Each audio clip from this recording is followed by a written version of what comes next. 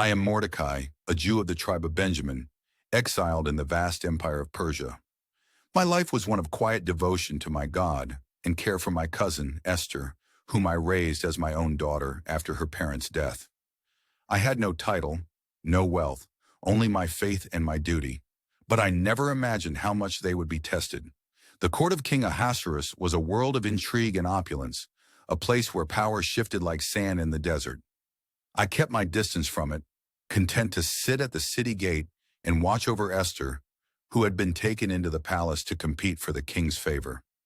When she became queen, I rejoiced, though I warned her to keep her Jewish heritage a secret. The court was no place for vulnerability, but soon trouble came in the form of Haman, a man of arrogance and malice.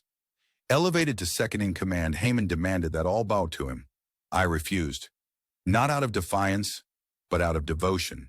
My bow belongs to God alone. My refusal became Haman's obsession. His hatred didn't stop at me.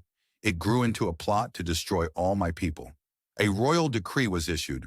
On a set day, every Jew in the empire was to be killed. The weight of it crushed me. I tore my clothes, put on sackcloth, and wept at the city gate. I could not enter the palace, but I sent word to Esther. She had to act. "Do not think you will escape in the king's palace," I urged her. "Who knows but that you have come to your royal position for such a time as this?" Her courage awed me. She fasted, prayed, and went to the king, risking her life to save her people.